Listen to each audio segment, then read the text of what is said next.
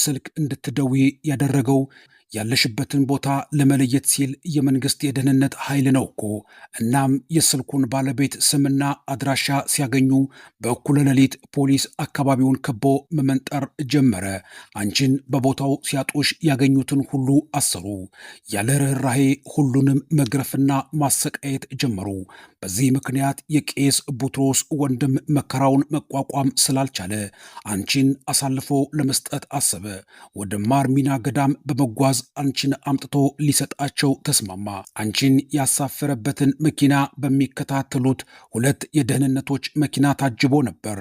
አባ ብሶይ ገዳም እንደደረሳችሁ ስትቆሙ አልፏችሁ ሄዱና ጠብቋችሁ። ልክ የልጁ መኪና በዋናው መንገድ ላይ መጓዝ ሲጀምር ተከተሉትና አብረውት ሄዱ። አንቺና ልጅሽ መኪና ውስጥ ያላችሁ መስሏቸው ነበር። የካይሮ መግቢያ ኬላ እስኪደርስ ድረስ ተከተሉት። ለአንድ ሰዓት ተኩል ያክል ከአንቺ ርቀው ከነዱ በኋላ ነበር በመኪና ውስጥ ያለመኖርሽን የተረዱት። የመንግስት ደህንነቶች መንገዱን ሁሉ ዘግተው ወደ ካይሮ የሚገቡ መኪኖችን ሁሉ መፈተሽ ጀምረው ነበር። በፍተሻ እንዳላገኙሽ ሲያውቁ ወደ አባ ብሶይ ገዳም እርሻ ተመለሱና ፍለጋቸውን አጧጧፉት። በዚያ ሲያጡሽ ደግሞ ከፖሊስ ልታመልጥ ስትሸሽ ተገደለች ብለው አስወሩ ማለት ነው። አብሮሽ የነበረው ያ ልጅም በእስር ቤት በመሰቃየት ላይ ይገኛል። ሳሚር አፓርትመንት እንድታገኝ ረድተሃል ተብሎ ታስሯል። ያንቺን የምስክርነት ቴፕ ሲያባዛ የተገኘ አንድ ሰውም እንዲሁ ታስሯል። ያንቺ ሴት ልጅ ጸሐፊ ሆና ትሰራ ስለነበርና አንቺንም በገንዘብ ስለረዳሽ ኢንጂነር ራሺድም ታስሯል። ሁሉም ክርስትናን በመስበክ እስልምናን እንድትቀይሪ አድርገዋል በሚል ወንጀል ተከሰዋል። አሁንም ከእጃቸው እንዳመለጥሽ ስላወቁ በእስክንድሪያ ከተማ፣ በካይሮ እንዲሁም በመግቢያና መውጫ በሮች መንገድ እየዘጉ ፍተሻቸውን አጠናክረዋል አለና የራሴን ታሪክ አጫወተኝ። እስክንድሪያን ለቅቄ ካይሮ ለመግባት ወሰንኩኝ።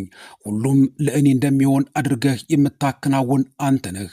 አንዷ ጓደኛዬ በእርሷ አፓርትመንት እንድትቆይ ጋበዘችኝ። ዕቃዬን ሰብስቤ ወደ ካይሮ በድፍረት ጌታን አምኜ ወጣው። የእስክንድሪያ መውጫ መንገድ ለፍተሻ ተዘግቷል። ከከተማው የሚወጡትን መኪኖች ሁሉ የደህንነት ኃይሎች እያስቆሙ ይፈትሻሉ። የእኛ ተራ ደረሰና ኬላው ላይ ቆምን። አንዱ ፈታሽ ዝቅ ብሎ እንኳን በመኪናው ውስጥ ምን እንዳለ ሳያይ እለፉ አለን። መንገዳችንን እየመራህ ከፊታችን አንተ ከሄድክ ማን ሊያስቆመን ይችላል እያልኩ ጌታዬ ኢየሱስ ክርስቶስን አመሰግነው ጀመር። ካይሮ ከተማ ደረስንና ወደ ሄሊዮፖሊስ አመራን። የምንሄድበት ቤት በኑሃዝ አካባቢ ከሚገኘው የፖሊስ ጣቢያ አጠገብ ነበር። እዚያ ሁሉም ያውቁኛል። ስለ ሁሉም መስኮቱን መክፈት፣ ከቤቴ ወጣ ማለት፣ ትንሽ እንኳን ድምፅ መስማት፣ ሌላው ቀርቶ በር መክፈት እንኳን አልችልም ነበር። ምክንያቱም በዚያ አፓርትመንት ተከራይ መኖሩ መታወቅ የለበትምና። በዚያ የሚገኙ ሁሉ ያ ቤት ባዶ መሆኑንና ማንም በውስጡ ሰው እንደሌለበት ነበር የሚያውቁትና የሚረዱት።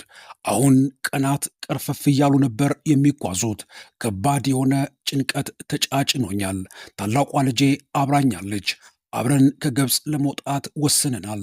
በዚያ ቤት ውስጥ እያንዳንዱን ቀን በረሃብ ነበር በፍርሃት ተደብቀን ያሳለፍነው። እንዲያም ተረበን እንኳን ከዚያ ቤት መውጣት አንችልም ነበር። በዚያም የተደበቅንበት መጋረጃ መግለጥ አደጋ ነው። አንድ ሰው ማታ መጥቶ ምግብ እስኪጥልልን በትዕግስት መጠበቅ ነበረብን። አንዳንዴ ምግብ የሚያመጣልን ሰው ለ2 ቀናት ያክል ለስራ ወደ ሌላ ቦታ ይሄዳል። እኛም ረሃቡን ችለን እርሱን መጠበቅ ግዴታችን ነበር። በዚያ ቦታ ከትዕግስት በቀር ምንም ነገር ማድረግ አንችልም ነበር። በዚህ መልኩ 40 ቀናት አለፉ። ምናልባትም ለሰራሁት ኃጢአት እግዚአብሔር እየቀጣኝ ይሆናል ብዬ አሰብኩኝ። ጌታ የሚወደውን ይቀጣልና ጌታ ሆይ ይቅር በለኝ፣ በማወቅም ሆነ ባለማወቅ በድዬህ ይሆናልና ደግሞስ እንዲህ ያለውን መከራ እስከ መቼ ነው የምሸከመው እያልኩ እጸልይ ነበር። እስር ቤት ያለው ያክል ነበር የሚሰማኝ። በዚህ መካከል አንዱ ጓደኛዬ ከሀገር ለመውጣት የሚያስችሉ 2 ፓስፖርቶች ሊያገኝልኝ እንደሚችል ቃል ገባልኝ። እኔም እግዚአብሔርን በዚህ ሁኔታ መቀጠል አልችልምና እባክህ እርዳኝ ብዬ ለመንኩት። የእግዚአብሔርም ድምፅ ከመጀመሪያው ጀምሮ የነገርኩሽን አላስተዋልሽምን? ወደ እኔ ተመልከቺ፣ አያሌ ጊዜ ከመከራ አውጥቼሻለሁ። አንቺ ግን አሁንም ትፈሪያለሽ፣ ፈራሽ በስባሽ በሆኑ ሰዎች ትተማመኛለሽ። አሁንም ተነሽና ውጪ፣ እኔ ላንቺ ፓስፖርትሽን አዘጋጅልሻለሁ፣ በአዲስ ስም ወደ ውጭ ትወጫለሽ አለኝ። ይህ ሰው እኮ ከጊዜ በፊት ቃል ገብቶልሽ የነበረው ሰው ነው። ነገር ግን የምስክርነትሽ ካሴት በሰፊው ሲሰራጭና ነገሩ ከቁጥጥር ውጭ ሲሆን ፈራና ካንቺ ራቀ። አሁንም ይህንን ሥራ እንዲሠራልሽ ኃይልና ጽንዓት እሰጠዋለሁ። አይዞሽ፣ አትፍሪ፣ ሰላሜ ከአንቺ ጋር ነው ብሎ ልክ አጠገቤ እንዳለ ሰው ጌታ ኢየሱስ ክርስቶስ ይህንን ተስፋ ቃል ሰጠኝ። ጌታ ሆይ ይቅር በለኝ፣ ደካማ ነኝ። ድካሜን አበርትተህ ኃይልህን አድለኝ። የእግዚአብሔርን ጋሻና መከታነት ተማመኜ ከቤቴ በድፍረት ወጣው።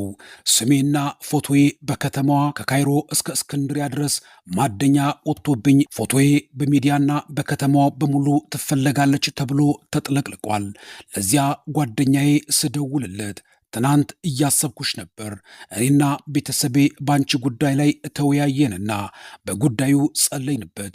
በመጨረሻም 2 የመታወቂያ ካርዶች ላንቺና ለልጅሽ ለማውጣት ወሰንን። እባክሽን ያንቺንና የልጅሽን ፎቶግራፍ ላኪልኝ። በተቻለ መጠን በፎቶአቸው ላይ ራሳቸውን ቀየር ለማድረግ ሞክሩ፣ ደግሞም አፍጥነሽ ላኪው አለኝ። ይህንን ደግሞ ስሰማ በደስታ ልዘል ምንም አልቀረኝም ነበር። ጌታ ሆይ ትናንት አንተ በነገርከኝ ሰዓት መታወቂያውን ሊያወጡልኝ ተስማሙ ማለት ነው። የመታወቂያው ካርድ ስለ አንድ ሰው ማንነት፣ ሃይማኖት፣ ሙያ፣ የምርጫ ክልል፣ የልደት ቀንና ቦታ፣ ዕድሜ፣ ክብደትና ቁመት ወዘተ የሚይዝ ነው። ከዚህም በላይ ደግሞ የባለመታወቂያውን ፎቶግራፍ ይይዛል። አንተ ባታጸናቸው ኖሮ እንዴት ችግሩን እያወቁ ሊያወጡልኝ ይወስኑ ነበር? አመሰግንህ ዘንድ እግር ስር እደፋለሁ። እነሆ ድምፅህን ሰማሁት፣ እንዲህም አልከኝ፣ አይዞሽ ኃይልና ጽናትን እኔ ሰጠዋለሁ። እርሱም ላንቺና ለልጅሽ ገና ፓስፖርቱን ጨምሮ እያወጣል አለኝ። ይህንን ሰው ለማግኘት የተቀጣጠርንበት ቦታ ሄድኩኝ። የሚኖረው ከካይሮ 7 ኪሎ ሜትር ርቆ በሚገኘው ከተማ ነው። እዚያ ስንደርስ ክርስቲያናዊ በሆነ አቀባበል ተቀበለኝ። ወለም ዘለም